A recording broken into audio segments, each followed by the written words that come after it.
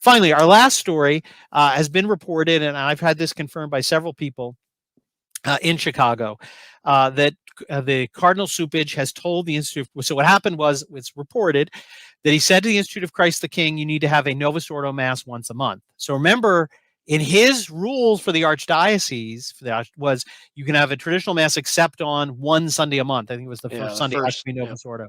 So he told them, you're not complying with that. You have to have it on the first Sunday of the month.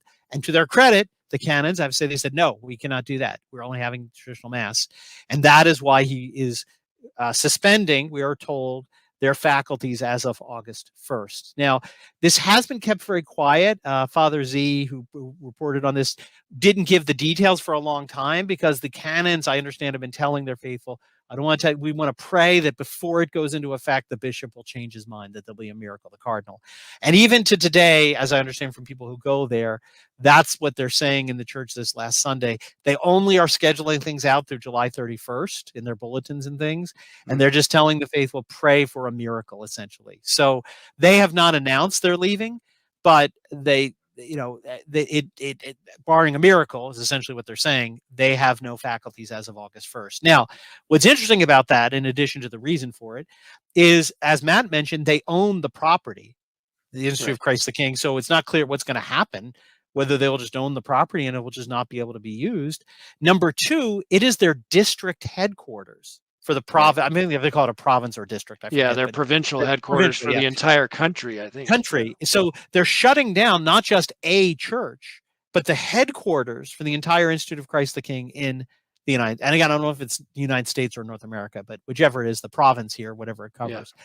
So this is a direct attack, first attack on an Ecclesia Dei community. Again, more than just in Dijon where they shut down a chapel, to shut down their district headquarters. Yes. Now, again, I don't know what they're going to do, what will happen next Monday.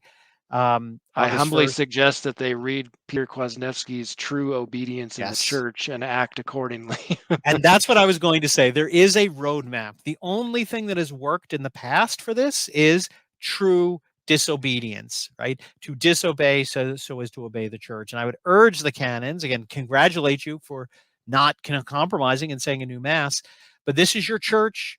The Ecclesia Supplet, the church will supply your faculties. This is an unjust order, which has no basis in law. Recognize it as null and void and keep going August 1st.